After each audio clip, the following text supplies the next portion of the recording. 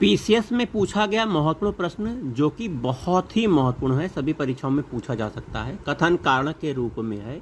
कथन दिया गया है, भारतीय संविधान के अनुच्छेद 30 अल्पसंख्यक वर्ग शब्द को परिभाषित नहीं करता है। तो अल्पसंख्यक की परिभाषा अनुच्छेद 30 में नहीं दी गई है। कारण, संविधान केवल भाषाई और धार्मिक अल्पसंख्यक वर्ग को मान्यता प्रदान करता है। दोनों कथन कारण सही है, लेकिन व्याख्या नहीं कर रहा है, इसीलिए बी आंसर आपका सही है। आइए इसका व्याख्या देखते हैं। भारतीय संविधान का अनुच्छेद 30(1) में कहा गया है, धर्म या भाषा के आधार पर सभी अल्पसंख्यक वर्गों को अपनी रुचि की शिक्षण संस्थाओं की स्थापना और प्रशासन का अधिकार होगा।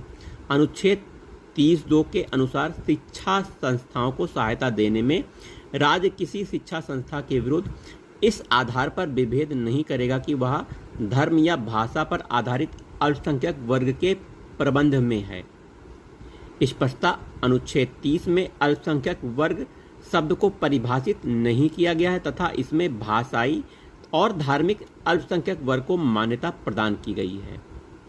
कथन कारण दोनों सही है, व्याख्या नहीं करता है बस। आइए, भारतीय संविधान मान्यता देता है धार्मिक और भाषाई अल्पसंख्यकों को मान्यता देता है। आईएएस का प्रश्न है, धार्मिक और भाषाई अल्पसंख्यकों को भारतीय संविधान मान्यता देता है।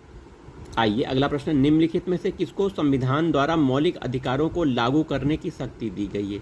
सर्वोच्च न्यायालय और उच्च न्यायालय को भारतीय संविधान द्वारा मौलिक अधिकारों को लागू करने की शक्ति दी गई है। डी ऑप्शन आपका सही है। ठीक है, चलिए